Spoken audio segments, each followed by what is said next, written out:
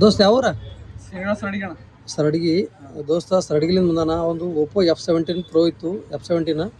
Touch glass damage ಆಗಿತ್ತು ಪೂರಾ touch glass ಹೊಡೆದಿತ್ತು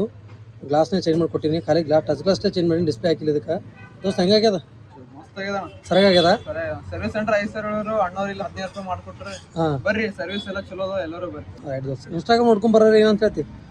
ಬರ್ರಿ ಅಣ್ಣ ಚಲೋ ಅದ ಅಂತ ಹೇಳ್ತೀವಿ ಸರ್ವಿಸ್ ಸರಿಯಾಗದ ಸರ್ವಿಸ್ ರೈಟ್ ದೋಸ್ತ ಫಾಸ್ಟ್ ಸರ್ವಿಸ್ ಚಲೋ ಅದ ಫಾಸ್ಟ್ ಅದ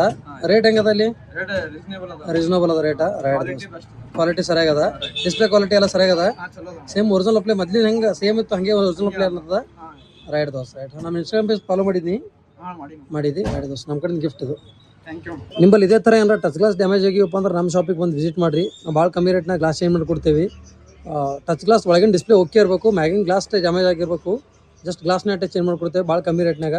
ಬಂದು ವಿಸಿಟ್ ಮಾಡ್ರಿ ಒನ್ ಟೈಮ್ ಒಂದ್ ಏನೇ ಪ್ರಾಬ್ಲಮ್ ಇತ್ತು ನಮ್ಮ ಶಾಪಿಗೆ ಬಂದು ಒನ್ ಟೈಮ್ ವಿಸಿಟ್ ಮಾಡ್ರಿ ಇನ್ಸ್ಟಾ ಪೇಜ್ ಫಾಲೋ ಮಾಡ್ಕೊಡ್ರಿ ಇಷ್ಟ ಆದ್ರೆ ಲೈಕ್ ಮಾಡ್ರಿ ಶೇರ್ ಮಾಡ್ರಿ ಫಾಲೋ ಮಾಡ್ರಿ ಥ್ಯಾಂಕ್ ಯು ಸೋ ಮಚ್.